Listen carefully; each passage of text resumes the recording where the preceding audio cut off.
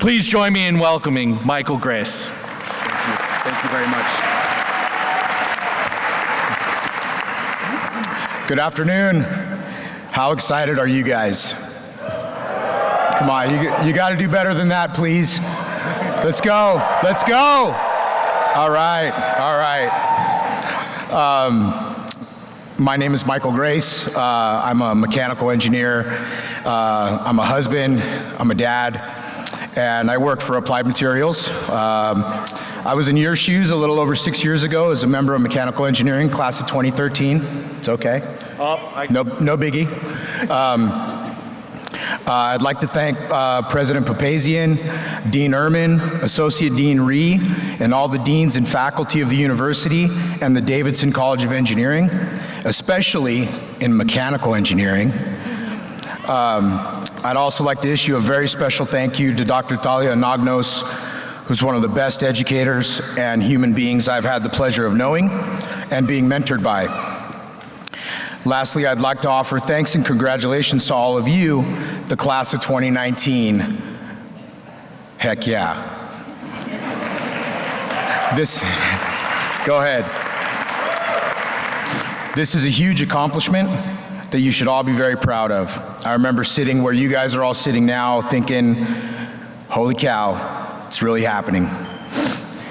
I was asked by Dean Ehrman to give this commencement speech, and I didn't hesitate. I said yes immediately. I try to never say no when it comes to being of service. Of course, after I said yes, I immediately thought, why did I do that? What am I going to talk about? So like all good commencement speeches, I have a deep, meaningful quote to start off with. So here it is. If you know the way broadly, you can see it in all things. And that's a quote of Miyamoto Musashi. Musashi was a samurai, probably the greatest Japanese swordsman. He was a ronin, philosopher, and an author. When I heard this for the first time, it resonated with me. I was listening to a Tim Ferriss podcast, Tim Rocks. I quickly jotted it down and began to think on it. My first thoughts were that we all know the way. We intuitively know the way.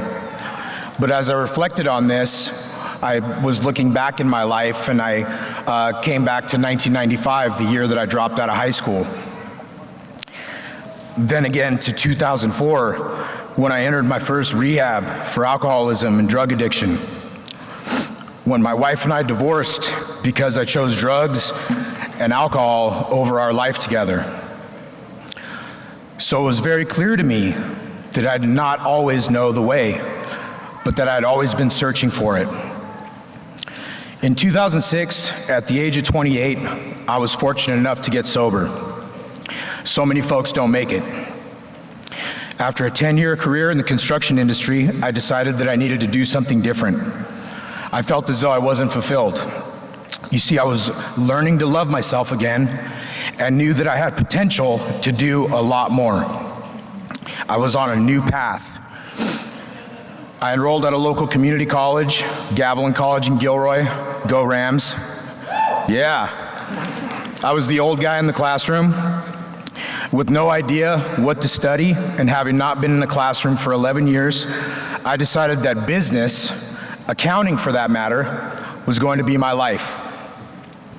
My first semester, I took Intro to Income Tax. I wanted to stab my eyes out. It was horrible. It was absolutely horrible. No offense to any tax folks or CPAs. That same semester, I took Intro to Algebra. Coincidentally, it's a class that I teach now at Davidson. And I found that I couldn't get enough of math.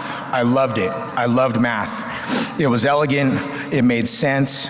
I started to see connections between my work in construction in my past life and the material that I was learning in these math classes. Next was physics. Same experience. Loved it. Funny story about how I chose engineering. I was having a conversation at office hours with my physics instructor. I told him that I was not sure what I wanted to major in. I told him that I wanted to make good money and that I wanted to use math and physics. He said, "Why don't you think about engineering?" I asked, what type of engineering should I go into? He said, the only real engineer is a mechanical engineer.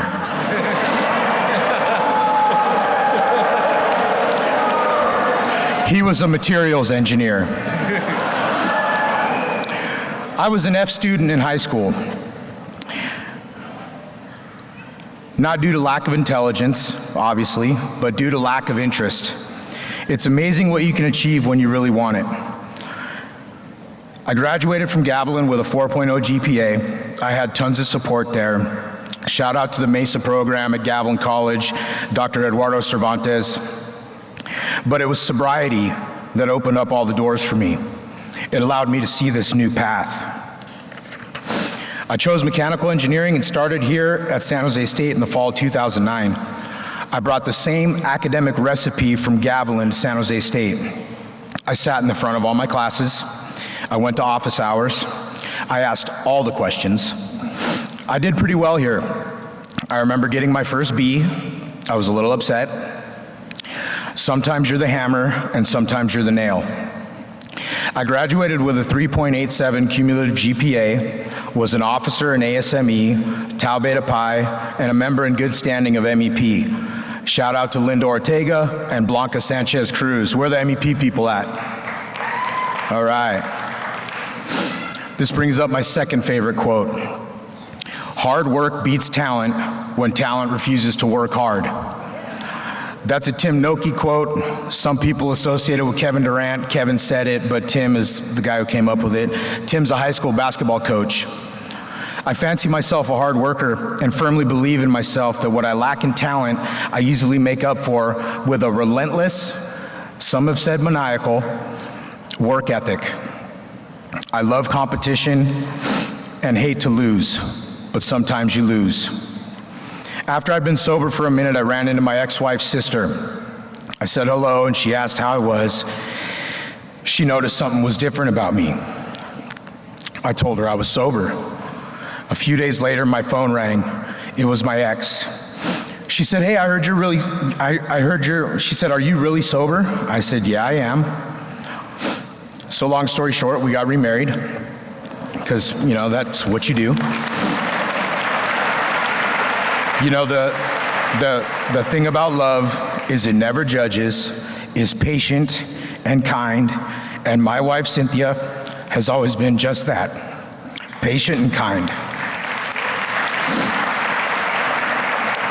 She carried us through undergrad and grad school. She's an amazing woman, along with my mom. I won a few scholarships from the mechanical engineering department here when I was here. But the most prestigious scholarship that I won was the Engineering Leadership Pathway Scholarship. That award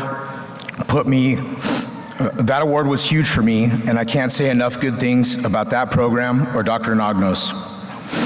In 2012, Mikey was born. You think you know love, and you think you're ready for being a parent, but you're not. And I was rocked by this amazing little guy. My wife again carried us through the last 6 months or so of school so I could focus on senior project and finally finish the marathon of engineering school. My sophomore year at San Jose State, I applied for an internship at Lockheed Martin. This was in October. In May, I got a call from a senior manager in the Structures and Mechanisms Engineering Functional Group, Tom Lem. Tom's retired. Tom said he'd waited to the last minute to make his selection for an intern in his group. He mentioned that what stood out to him in my resume was the construction experience. He went on to talk about the remodel that he had just finished on his house. We ended up talking for an hour all about construction. Not a single word about my academic background, what I was studying, what my interests were.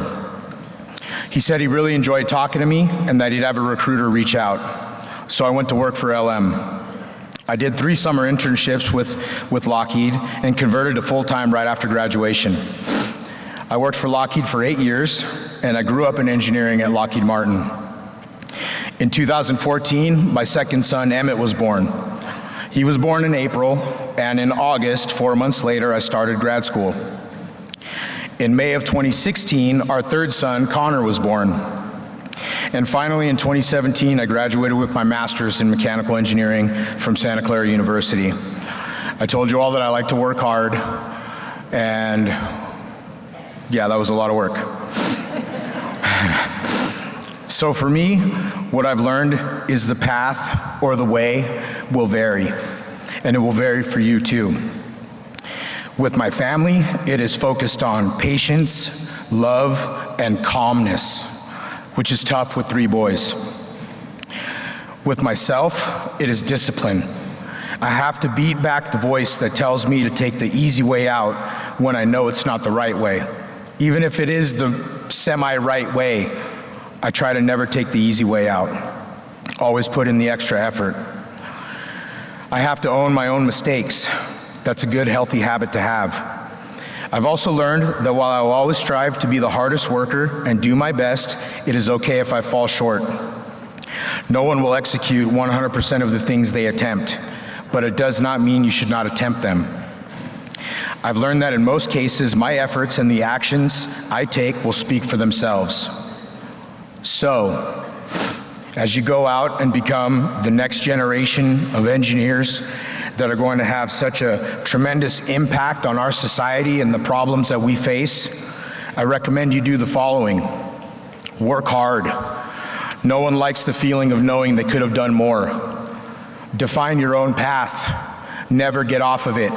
And if you find yourself off of it, do what you know you need to do to get back on it. And lastly, give back to ensure that those behind you have the same opportunities you had. The Davidson College of Engineering and San Jose State University have given you all the tools you need to make a positive impact in our world, but you did all the work as you chose to be on this path. Lastly, I wanted to share one of my favorite words, altruism. Altruism is the unselfish concern for the welfare of others. An attitude of gratitude coupled with an altruistic spirit brings out the best in humanity.